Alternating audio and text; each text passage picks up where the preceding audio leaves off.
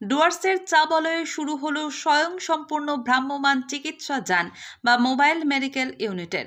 এদিন ডুয়ার্সের মাটিয়ালি ব্লকের ইনডং চা বাগান প্রাথমিক স্বাস্থ্যকেন্দ্র চত্বর থেকে আনুষ্ঠানিকভাবে এই চিকিৎসা যানের সূচনা করা হয়। মূলত প্রত্যন্ত দুর্গম ও পশ্চাৎপদ এলাকায় চিকিৎসা পরিষেবা প্রদানের জন্যই এই বিশেষ উদ্যোগ নেওয়া হয়েছে।